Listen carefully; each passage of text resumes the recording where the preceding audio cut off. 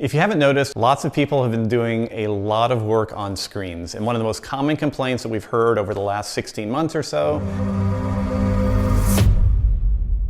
has been, my neck and shoulders are killing me. I'm so tight. I spend all day, I'm watching Zoom, I'm watching Z-Health classes online. Whatever it is that you're doing, we know that the neck and shoulders carry a ton of tension. And there's obviously lots of different things that we want to take into account when we're dealing with neck tension, shoulder tension.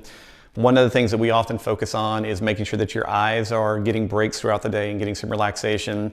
But what I want to show you today is a really simple nerve flossing technique, or what we call a neuromechanic technique, specifically working on a nerve called the accessory nerve. Now, the accessory nerve is cranial nerve 11, meaning it comes out of the brain and then it goes down and it feeds our trapezius muscles and also the sternocleidomastoid.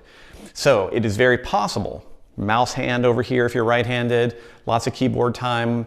Depending on what you're doing through the day, it's possible to wind up with a lot of tension on one side or a lot of tension on the other. So this is a really simple technique that you can test to see if it provides you some rest and relaxation, particularly for those tight shoulders and neck. Here's how the movement is performed. You're going to begin in a nice tall stance. You can also do this seated. Our point of focus is going to be our shoulder blade. So I'm going to work on my right side. So step one, I'm going to pull my right shoulder blade back. So I'm going to retract. And then I'm going to do a slight depression, meaning I'm pulling my shoulder blade down. So step one, pull the shoulder blade back. Step two, pull the shoulder blade down. Hold that. Next, lengthen the neck, tilt away. Now from here, we want to do a chicken-like movement. So I'm going to drive from the lower cervical spine. I'm going to drive my chin forward.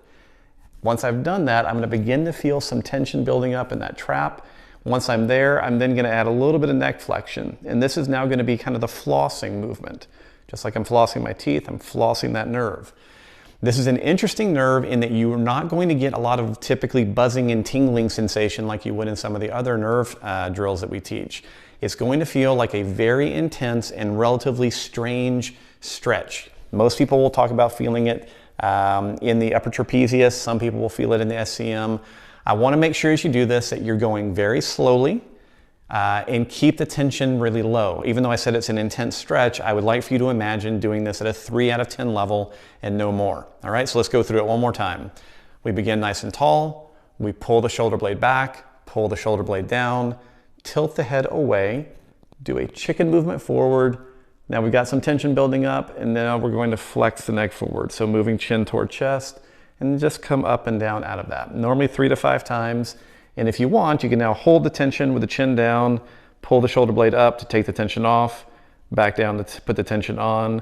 So again, we can use any of the movements that compose the whole exercise as a flossing tool.